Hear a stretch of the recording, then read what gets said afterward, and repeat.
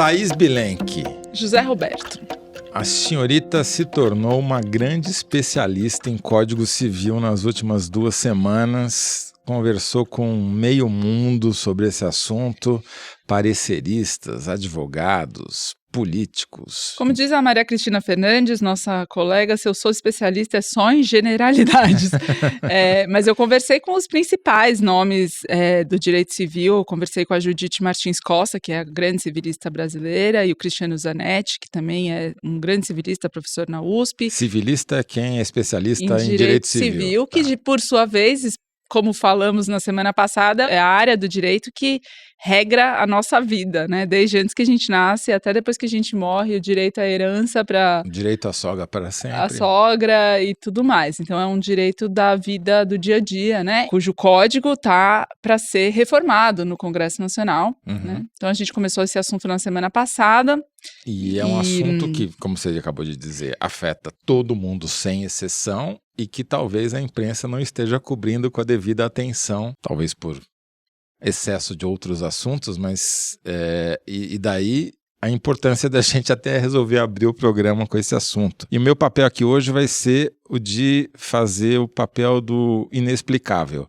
Vou ficar te fazendo perguntas para entender quais as novidades que você trouxe para a gente essa semana. Toledo, na terça-feira, o Rodrigo Pacheco, ex-presidente do Senado, autor desse projeto de lei para mudar o Código Civil, para reformar o Código Civil, fez uma cerimônia que contou com os 3 poderes. Então foram lá o Alexandre de Moraes e o Flávio Dino, ministros do Supremo, o presidente do Senado, Davi Alcolumbre, da Câmara, Hugo Mota, todos os vários juízes, o ministro Lewandowski da Justiça, do governo Lula. Então estavam os 3 poderes, era uma demonstração inequívoca, né, de força e apoio institucional desse projeto. A avaliação de membros da comissão é que ele possa ser apreciado ainda esse ano, como tem que ir para a Câmara depois, em 2 anos estaria aprovado. Então é um projeto que está sendo lançado agora. Essa cerimônia era para lançamento de um livro organizado pelo Pacheco com artigos de juristas membros da comissão já discutindo as mudanças que eles estão propondo. Já tem vários livros e eventos e pareceres sendo vendidos, inclusive, sobre essa proposta que ainda vai começar a tramitar. Tudo bem, mas isso me diz, dada a presença ilustre das pessoas que você citou a esse lançamento e ao fato de já ter até livro lançado e de já ter pareceres sendo feito, ou seja, já tem toda uma... não vou chamar de indústria, mas já tem todo um negócio organizado em torno dessa mudança. Portanto, a gente não está se precipitando em nada só porque o negócio vai demorar 2 anos para tramitar. Não estamos. A coisa já está acontecendo, já está em curso. Eu conversei, além da Judite Martins Costa e o Cristiano Zanetti, eu conversei com o Flávio Tartucci, que é o relator geral da Comissão de Juristas, que entregou esse parecer. Ele me contou que não só conviveu com o Pacheco em Passos, em Minas Gerais, a cidade onde o Pacheco cresceu e ele nasceu, como eles estudaram juntos no Colégio Imaculada Conceição, onde o Dalton e o Celton Mello também estudavam. Opa! Então tem o Flávio Tartucci e o Dierli Nunes, que também é um outro advogado de Minas Gerais, que faz parte da comissão. E a Conceição do Código, então, está garantida que é imaculada. Inclusive, para a gente ter uma dimensão, o próprio Flávio Tartucci disse, em referência à Judite, cujas opiniões eu vou citar, ele disse que gostaria muito que ela tivesse participado da comissão, ela foi chamada, o Tartucci falou com ela, inclusive, e tal. Respeito muito ela, usei muito o livro dela, tá? Só para dar a dimensão de quem é a Judite, de quem são as figuras que a gente está citando aqui. Convidada declinou. Ela acabou não participando da comissão. Um dos pontos que ela menciona é a quantidade de artigos subjetivos e alguns conceitos indefinidos nesse texto que foi entregue ao Pacheco. Por exemplo, confiança e função social do contrato. Esses são conceitos pouco burilados, nas palavras dela, que deixam a aplicação do código, se essa reforma for aprovada, sujeita à interpretação do juiz. Então, tanto ela quanto o professor Zanetti apontam um risco de tornar, além de mais complexa, a aplicação do Código Civil mais arbitrária também, porque cada juiz vai ter um entendimento. Cada cabeça uma sentença. E ela dá algum exemplo de Então, como ficou vago? e além desses conceitos, tem também alguns neologismos ou termos que não são comuns no Código Civil e no direito civil de modo geral, como liberdade cognitiva, melhoria cerebral, Hã? práticas enviesadas a partir de dados cerebrais, situação jurídica mental, Hã? auditabilidade e explicabilidade. Explicabilidade é o que está faltando aqui, no caso, para eu entender o que é. Como que é a primeira expressão? Liberdade cognitiva. Liberdade cognitiva. Isso. Tá definido lá? Não tem a definição, são artigos que citam esses termos mais de uma vez, então os críticos apontam que são termos que, além de tirar consistência teórica, acabam também deixando a coisa um pouco vaga demais. Vão ter que ressuscitar o Kahneman para interpretar esse Código Civil. Bom, um outro problema que é apontado é a ausência do estudo de impacto econômico que essa reforma pode trazer, porque o coração do direito civil, pelo menos do ponto de vista prático, é a parte de contratos. E eles fazem mudanças nos contratos que, para a Judite Martins Costa, pode causar uma hecatombe econômica pela falta de dimensão do impacto econômico que essas mudanças podem causar. Eu perguntei para o Gelli Nunes sobre isso e ele disse que não é comum se fazer pesquisa empírica prévia de análise de impactos específicos. Ele concorda que deveria ter, mas que não se faz, infelizmente não se costuma fazer. E o Tartucci diz que não tem nenhuma estimativa 100% certa de impacto econômico de uma mudança legislativa, mas que, de modo geral, 90% do que já é julgado hoje é o que está sendo usado para essa reforma. Quer dizer, segundo os maiores especialistas no assunto, as mudanças que estão sendo propostas têm impactos gigantescos que a gente nem sequer consegue avaliar e, portanto, precisa ser visto com cuidado antes que elas sejam de fato implementadas. Eles deram exemplos concretos de como as mudanças vão afetar a nossa vida? Deram vários. Bom, vou começar aqui. O artigo 953A, ele estabelece responsabilidade diferente para advogados dos demais profissionais liberais no exercício das suas atividades. Então, um profissional, um arquiteto, um médico, responde por culpa. Então, se ele faz um ato danoso a alguém, mesmo sem ter a intenção, ele responde por isso, ele é suscetível a pagar a indenização. Tipo, fez uma planta para uma casa, a casa caiu, ele vai pagar. Mesmo que ele não tenha tido essa intenção. Tá. Para os advogados também é assim, a reforma propõe que os advogados deixem de responder por culpa, passem a responder só por dolo ou fraude. Dolo é quando há a intenção. Uhum. Então o cara te assessorou mal, você contratou um advogado, ele te deu um conselho, te mandou proceder de determinada maneira e aquilo te resultou em prejuízo por causa do conselho dele. Ele não será mais responsabilizado, você não pode mais cobrar dele o prejuízo. Aí eu perguntei para o Gelli Nunes, por que essa mudança? Por que esse regime diferente para advogados dos demais profissionais liberais? Aí ele respondeu, essa é para o Tartucci. Aí eu perguntei para o Tartucci. Aí o Tartucci falou que essa era uma proposta do Conselho Federal da OAB, a Ordem dos Advogados do Brasil, do Marcos Vinícius Furtado Coelho, e falou, muito fácil explicar essa regra. Hoje, só juízes e promotores respondem por dolo e fraude. Então, os advogados, como também operam no sistema de justiça, têm que ter o mesmo benefício entre aspas, que juízes e promotores. É simples e é justo, disse o Tartucci. Então eu disse para o Tartucci, o senhor falou que, independentemente de quão polêmica essa medida ela passaria porque a maior parte dos deputados e senadores são advogados, então não teria dificuldade de aprovar essa parte. Não. Pera, deixa eu entender. O argumento para aprovar é que a maioria dos legisladores estariam legislando em causa própria. Eu falei isso para ele falou, não, eu não falei. Eu falei, não, o senhor falou, tem um vídeo. Ele falou, não, eu não falei. Eu falei, tem um vídeo, o senhor disse isso.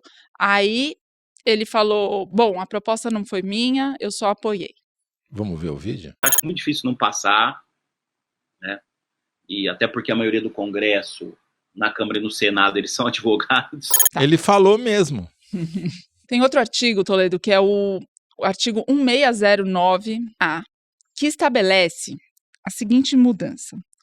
Hoje, uma mulher tem um filho. Esse filho nasce e o pai não quer reconhecê-lo. Ela vai no cartório e diz: o pai é fulano de tal.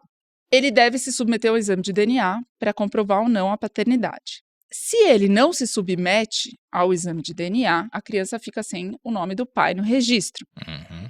O que eles estão propondo? Eles estão propondo que o homem que se recusar a fazer um exame de DNA vai estar praticamente confessando, entre aspas, a paternidade e vai ser automaticamente registrado como o pai da criança. É a lógica do bafômetro.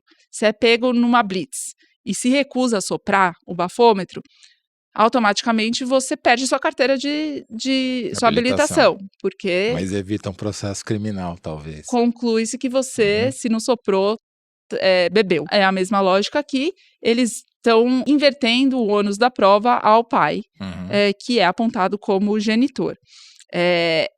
O Gelli diz que essa é uma das maiores controvérsias desse texto, e o Tartucci diz que isso é uma revolução para proteger filhos e mães, e Posso que ser de tudo... chato? Claro. Não que eu tenha que pedir permissão para ser chato sempre, porque o programa ficaria mais chato ainda, né?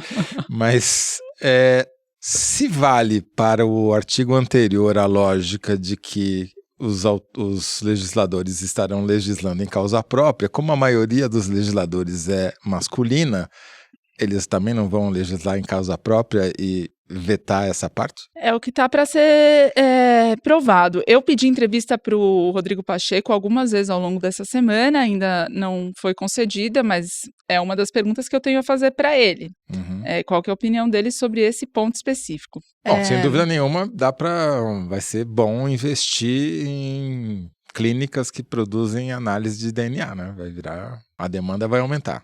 Tem 2 pontos aqui que mostram bastante coisa, como esse código afeta a vida das pessoas. Tem um artigo 936A que diz que o proprietário ou guardião da coisa, é o termo técnico que se usa. Coisa é qualquer coisa. Será responsável, independentemente de culpa, pelo dano causado pela coisa, salvo se essa é a inovação, salvo se demonstrado que ela foi usada contra a sua vontade. O exemplo que a Judite usa, por exemplo, um filho menor de idade pega a chave do carro do pai e bate no portão do vizinho. O vizinho vai cobrar uma indenização do pai, dono do carro. Nada mais justo. Nada mais justo. O pai, com esse texto, vai poder alegar que ele não autorizou o filho a pegar a chave do carro e usar o veículo. Então, ele não pode ser cobrado por algo que foi demonstrado que foi usado contra a sua vontade. Má criação não é mais passível de punição pecuniária pelos vizinhos. O Tartucci diz que responsabilidade de pai por filho é outro artigo, 932, que esse artigo foi criado para falar de tecnologia, no caso especificamente para falar de responsabilidade civil por um drone que caiu. Eu perguntei para ele se não é isso que está dito no artigo. A crítica que Zanetti e Judite fazem é que o texto, muitas vezes, é pouco específico, né? Se eles estão querendo regular o uso de tecnologia, especificamente um drone, então o exemplo que ele usa um drone caiu. O dono do drone não queria que ele caísse. Se ele causou algum prejuízo a alguém no lugar que ele caiu, o dono do drone não vai ter que pagar uma indenização porque ele não queria que caísse. Eu falei, bom, ele nunca vai querer que caia o drone porque ele vai ter prejuízo ele próprio com a queda do drone. Quer dizer, ele se você está lá numa manifestação na Paulista ou em Copacabana e alguém está filmando com um drone e o drone cai na tua cabeça, você não pode reclamar porque o cara não queria que caísse na sua cabeça. E o que ele falou, o termo contra a sua vontade, que eles colocaram nesse artigo, para o caso de alguém que pegue o drone de uma pessoa ou de uma empresa e use sem autorização da dona do drone. São casos excepcionalíssimos, que é um artigo feito para responsabilizar o dono da tecnologia e não o contrário. Tá, então eu sou dono do ex-Twitter. Alguém pega o ex-Twitter e faz uma barbaridade qualquer, como acontece cotidianamente, né? Provocando prejuízo a outras pessoas. Esse artigo me proíbe de acionar o ex-Twitter pelo mal que o uso indevido do ex-Twitter me fez. Bom, aí você está tocando num outro livro inteiro do Código Civil, que aliás, que nem existe, que é o livro de Direito Digital, que também tem uma tentativa de regulamentar aqui, só de alguma forma fechar essa questão, né, desse artigo especificamente, a crítica que se faz ao texto, e esse artigo é um bom exemplo disso, é que por ser pouco objetivo e, às vezes, genérico, pode dar margem a interpretações muito distintas da que os juristas que elaboraram esse texto tinham. Então, nesse caso, se o objetivo é regular o uso de tecnologias como drone, não é isso que uma das grandes especialistas, a maior especialista de direito civil do Brasil, entende ao ler, ao bater o olho e ler. Então, é um pouco disso que se está falando ao dizer que esse texto tem questões, tem problemas que precisam ser melhorados. Quer dizer, você está entendendo, de modo geral, você está dando ótimos exemplos, Thaís, vai aumentar a litigância, ou seja, vai aumentar a demanda por trabalho de advogado, porque se vai ter mais polêmica, se tudo mudou, tudo vai precisar de nova jurisprudência, cada cabeça uma sentença, você vai ter muito mais estímulo a que as pessoas entrem na justiça para brigar, já que não tem mais consenso sobre o que está escrito no código. Um último exemplo que eu quero dar aqui, Toledo, do artigo 944-A, que fala sobre indenização e diz que, no parágrafo 3º, o juiz poderá incluir uma sanção pecuniária de caráter pedagógico em casos graves. O Zanetti, para simplificar, não usando o termo técnico de multa, mas usando um termo leigo, ele diz que é como se fosse dar uma multa para a pessoa para passar uma lição. Então, além da indenização que ela venha a ser condenada a pagar por algo que ela tenha feito, o juiz pode dar também uma sanção pecuniária, uma multa pedagógica. Tipo? O que o Zanetti fala? Não está claro quando que vai dar, quando não vai dar, que casos graves são passíveis de uma multa e em qual valor. O Dierle Nunes, que defende, que estava na comissão, por exemplo, ele fala, de fato, realmente a indenização muitas vezes é insuficiente para ressarcir um dano. Então, esse é um instrumento que permite, né, que a pessoa seja de fato indenizada. Não tem limite nenhum? Tem lá 4 vezes o valor da indenização e tal. Mas o problema é que no parágrafo 6º desse texto está se colocando, desse mesmo artigo, que essa sanção, ou seja, essa, aspas, multa, iria em favor de fundos públicos. Então, no caso de dano do direito ao consumidor, iria para o Ministério Público. Ah, não. Então, não é que vai indenizar a pessoa que se sentiu lesada, porque a multa vai para o Ministério Público ou para outro fundo público. Bom, a gente já sabe o que vai acontecer com o dinheiro que vai para fundo público administrado por operadores do direito, né? Vai aumentar a remuneração dessas pessoas através de penduricalhos. O Tartucci, eu questionei ele sobre esse artigo e a crítica que se faz a ele. Ele disse que foi contra no primeiro momento, mas que tinha uma maioria na comissão a favor desse texto e que ele é, de fato, um dos mais polêmicos da reforma. Que hoje as indenizações no Brasil são, de fato, muito baixas, mas venceu e agora vai a voto no Congresso. Então, tem um monte de polêmicas dentro desse texto que os próprios, o relator geral e outros juristas entendem que haja, mas que para o professor Zanetti, para a professora Judite, são muito graves. O que diz o Zanetti ao ler o texto, cabe A e cabe o contrário de A. E que isso pode causar problema na vida das pessoas sérios, e que é desonesto. Ele fala, por exemplo, essa questão da multa, no limite pode ter um juiz com uma visão muito conservadora que queira aplicar uma sanção de caráter pedagógico numa pessoa porque fala, esse cara é gay, então ele precisa de um corretivo. Quer dizer, dá um poder muito grande na mão do juiz e quase indiscriminado. É isso. Essa é a crítica que eles fizeram. Eu questionei o Tartucci sobre isso. Ele falou que esse código atual tem mais de 50 anos, porque ele conta a partir do momento que ele começou a ser proposto, não a partir do momento que ele foi aprovado e entrou em vigor, que é 2002. Ele conta dos anos 70, quando começou a tramitar o código, então que ele está totalmente ultrapassado e que é urgente uma regulamentação para colocar o direito civil no século XXI. Os críticos dizem que os códigos são feitos para durar pelo menos um século. O grande código de referência é o napoleônico, que é o francês, de 1804, e que está durando até agora, e eles fazem reformas que são longuíssimas para mexer num pedacinho só. Aqui eles estão mexendo em metade dos 2.000 artigos. E você encontrou uma cena, porque essa comissão de juristas aí, de notáveis, ela se encontra no Congresso, ela tem reuniões periódicas no próprio Congresso Nacional, né? E você selecionou uma cena mostrando em que grau de velocidade e cuidado isso vem sendo aprovado. Vamos assistir. Se esse texto que está sendo submetido agora à votação é o mesmo que foi distribuído na última reunião que nós tivemos acesso. Não. Ela já evoluiu bastante, fruto dessa emenda consensual. Bom, então eu vou considerar que, por aclamação também, aprovamos o texto do livro de responsabilidade civil e enriquecimento sem causa. Você pode me explicar o que eu acabei de ver e não entendi? Essa é a reunião da comissão de juristas para aprovar o relatório final. O advogado que fez a pergunta é o Edivaldo Brito, que é pai do deputado Antônio Brito, foi prefeito de Salvador e tal, e ele é advogado tributarista, ele não é civilista. Ele faz a pergunta sobre se aquele assunto, aquele artigo que eles iam votar naquele momento, estava na mesma versão, no relatório final, da que ele tinha recebido na reunião anterior. Ou seja, o que as pessoas que estão lá para decidir esperavam estar votando o que elas tinham conhecimento e tinham discutido. E a resposta é não. O ministro Luiz Felipe Salomão é o presidente da comissão, ele é ministro do STJ, ele fala, não, ela mudou muito, mas não tem divergências. E ele fala uma frase que me deixou chocado, ele falou, é uma emenda consensual. Consensual entre quem?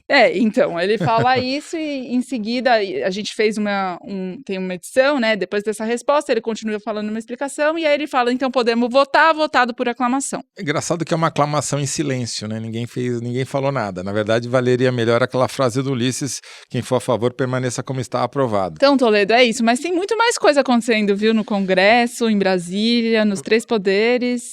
E também na Casa Branca.